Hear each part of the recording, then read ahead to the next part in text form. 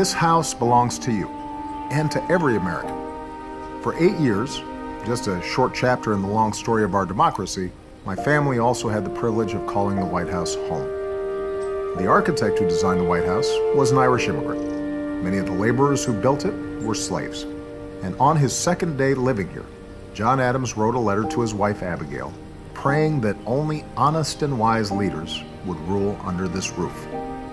Beneath that roof resides not just a seat of government, of course, but also a living museum, a home to history, and a working office building. Let's go inside and have a look around.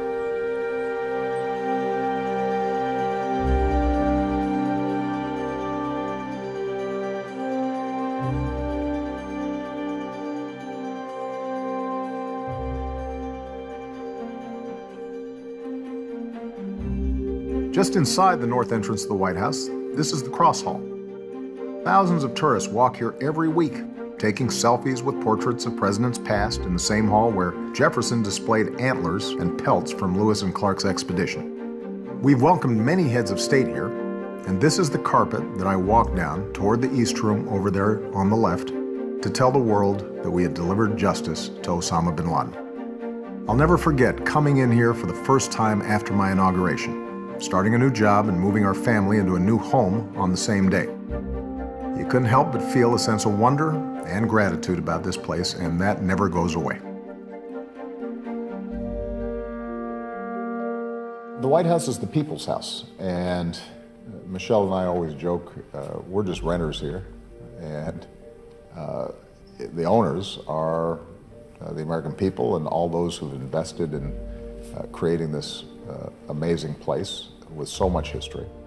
And what we wanted to do was to make sure that everybody felt they had access to it, that it wasn't just the well-connected or somebody who knew a member of Congress that they could see this, that as many people as possible could come in and appreciate the place where a Lincoln or an FDR or a Reagan had made decisions that had helped to shape America. And there are a lot of artifacts here that help you appreciate, you know, in a vivid and visceral way, the power of this place.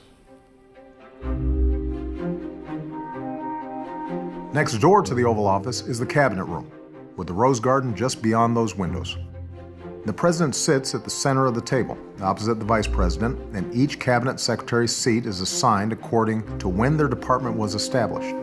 Sitting in this room gives you the most diverse snapshot of the breadth of issues a president confronts on a daily basis. It's always humbling to look around this table and see people from all walks of life, experts in agriculture and healthcare and foreign policy, working as a team in common cause. This is also where I met with congressional leaders early in 2009 as we planned America's response to the deep economic crisis we inherited at the start of my presidency. It's where President Kennedy convened his national security advisors during the 13 harrowing days of the Cuban Missile Crisis and met with NASA to plan the mission to the moon. And it's where Harry Truman took the oath of office in 1945 after Franklin Roosevelt, our longest-serving president, died. I've hung a portrait of Truman on the wall to the right, just by the entrance.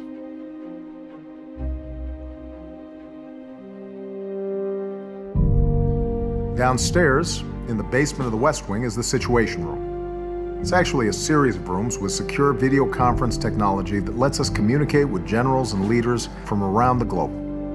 Intelligence and national security officials work here 24/7. Early in his presidency, John F. Kennedy recognized that the White House needed a central information center to monitor intelligence and military missions.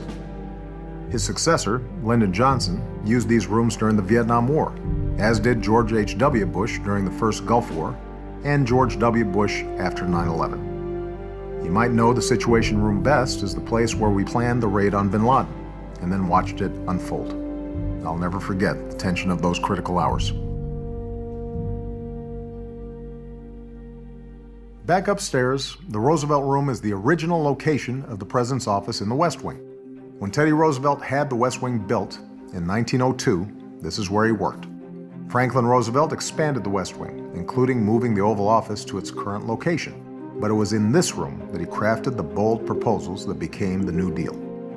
This is the room where my staff and I watched Congress pass the Affordable Care Act, and where I've convened community leaders and business leaders and listened to their ideas about our economy, epidemics like gun violence, and great challenges like our changing climate. When you're dealing with the toughest issues of our time, it's inspiring to sit in a room named for the Roosevelts, not only because of Teddy and Franklin. Look to your left, and you'll see a bust of former First Lady Eleanor Roosevelt next to the lamp.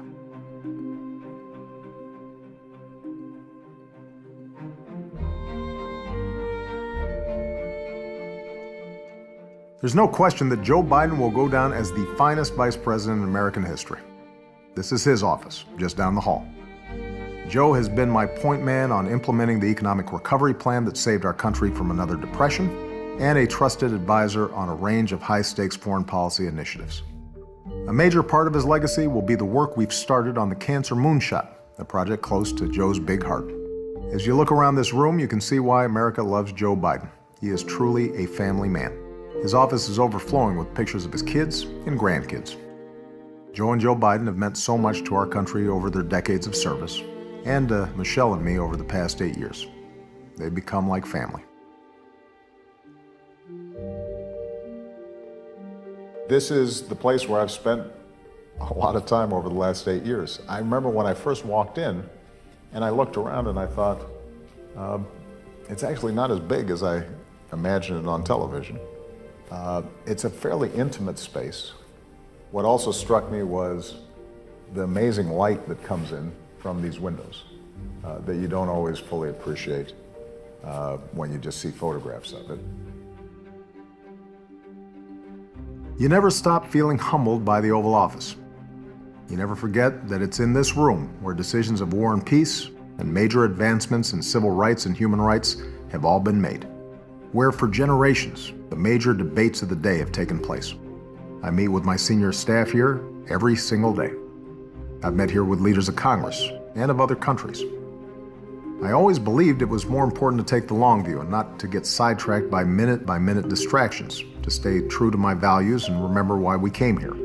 That's why when I'm sitting at the Resolute desk, I look at busts of Lincoln and Dr. King. When I look out the window, I can also see my girls' swing set.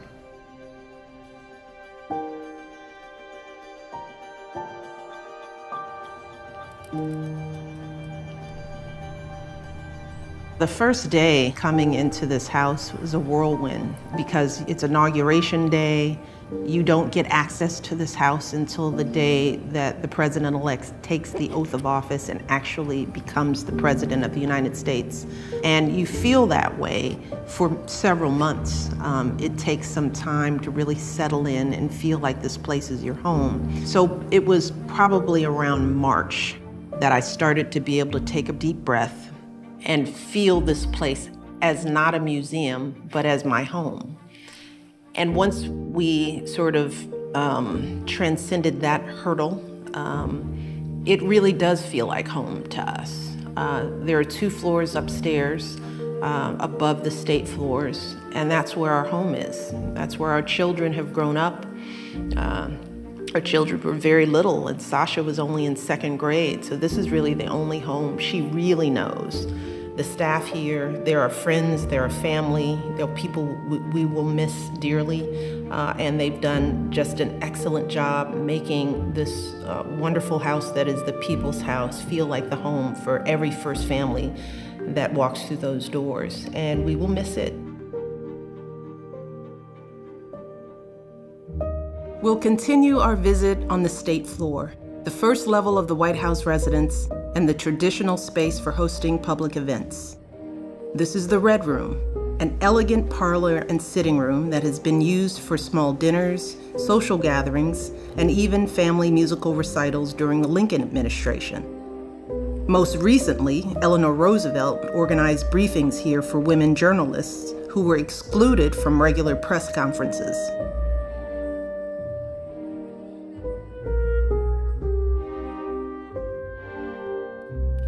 Early on, the green room served as Thomas Jefferson's dining room.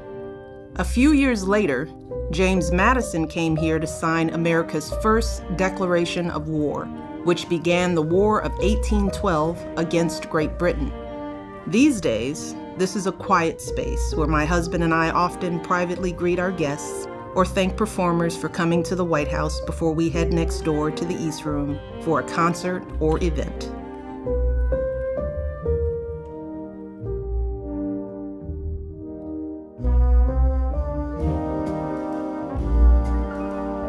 Over the years, the East Room has hosted countless state dinners, concerts, and other important moments in American history.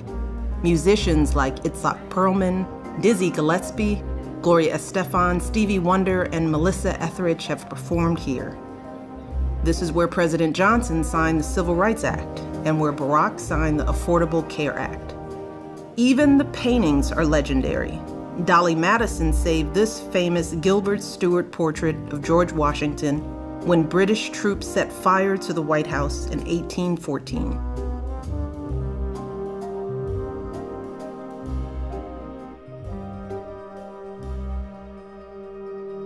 On the ground floor, the Vermeer Room honors previous First Ladies who have lived in this home and blazed a trail for the rest of us.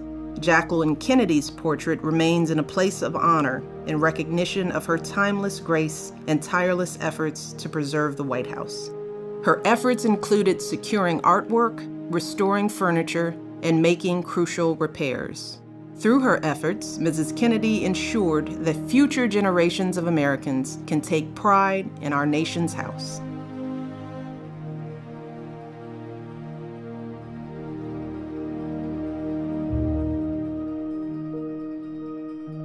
The state dining room might look spacious now, but try to picture it with over 200 guests and performers during an official state visit. It took a lot of careful planning to set up a state dinner here to welcome the Chinese president, President Xi, back in 2011. Fortunately, we have a great team in the White House, and everyone pitched in, from the social office to the electricians to our fabulous chefs.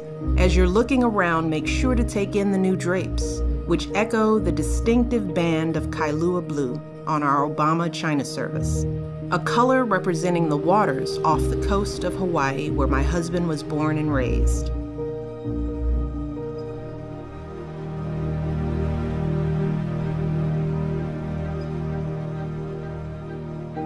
Now we're in what is known as the Old Family Dining Room.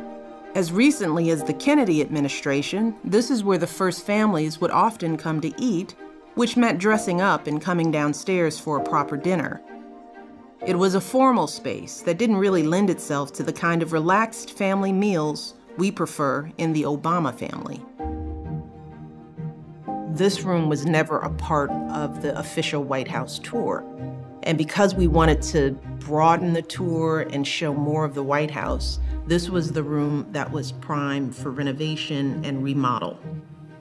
This is one of the few places where we're really getting to showcase modern and abstract art. And my favorite piece in the entire room is Alma Thomas's piece, Resurrection. It's a beautiful, vibrant painting that, represents hope and possibility, which is an important theme of this administration.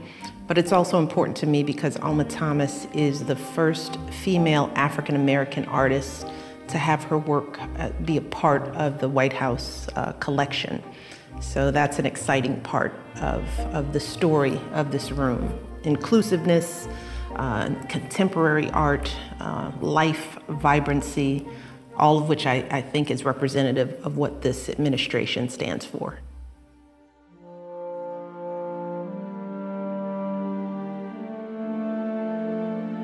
We conclude our visit on the state floor with a room at its very center, the Blue Room. This room has always been one of our favorites, especially after Barack was sworn in here for his second term in 2013.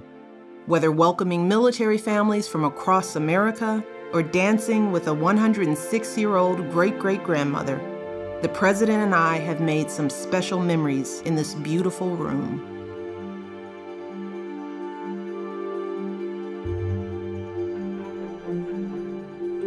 Like the blue room directly above it, you'll notice the diplomatic reception room is a big oval. This design dates back to George Washington's time, who saw oval rooms as a symbol of democracy. The president could stand in the center to greet everyone at a similar distance, and nobody gets stuck in a corner.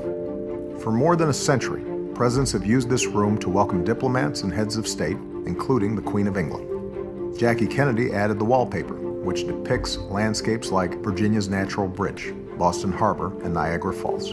This is also where Franklin Roosevelt recorded his famous fireside chats. On a Sunday night, a week after my inauguration, I used the radio to tell you about the banking crisis, about the measures we were taking to meet it. FDR understood how important it is for a president to communicate directly with the American people. Of course, every president since has used radio, television, and now the web and social media to meet citizens where they are. And what you're participating in right now is another step in the story of our progress.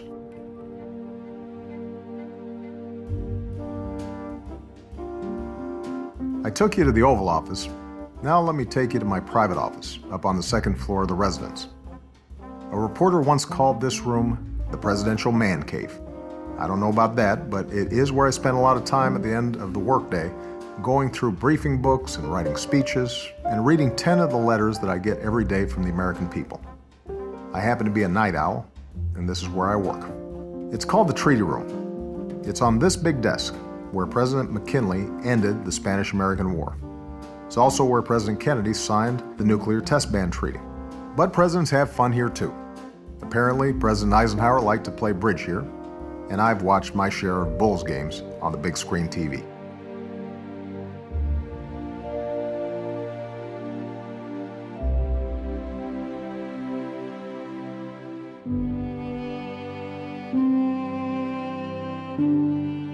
In the residence, the place that always inspires me is the Lincoln bedroom. Part of what makes it special is that in the Lincoln bedroom, you have one of 5 handwritten copies of the Gettysburg Address, written by Lincoln himself as part of a war charity. To be able to read the Gettysburg Address late at night, if you're feeling a little frustrated with the job, to see his writing, the brevity and the power of that speech, to reflect on the burdens he carried, and the awesome responsibilities and the eloquence and grace with which he responded to the most important crisis of our nation's time on this earth. That has always been something that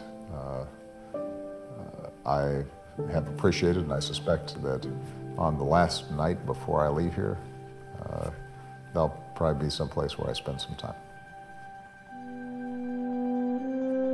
It's been the privilege of my life to serve as your president and commander-in-chief. The country's changed a lot in the 8 years that we've been fortunate enough to call the White House home. And as my family moves out, by so many measures, America is a stronger, safer, better educated, and more tolerant country than we were on the day we moved in. That's not just because of what happened in these rooms. It's because of what happened in homes and schools and factories and communities and in hearts all across our great country. It's because of the resilience and resourcefulness of the American people. And that's what gives me confidence that our best days still lay ahead. Every president moves to 1600 Pennsylvania Avenue with the full awareness that it is a temporary address. In our time here, we made some great progress, great friends, and great memories. That's what I'll take with me most, the same way you carry memories of your own homes. This is where we watched our daughters grow up. This is where I watched staffers who started with me in Springfield and Sioux City, Iowa, start families of their own. This is where we got to meet talented, devoted, optimistic Americans from every corner of the country and every station in life. Because as beautiful as these buildings are, it's the people in them and the work that's done here, the triumphs and tragedies you experience over the course of your years here, that's what imbues a place with meaning.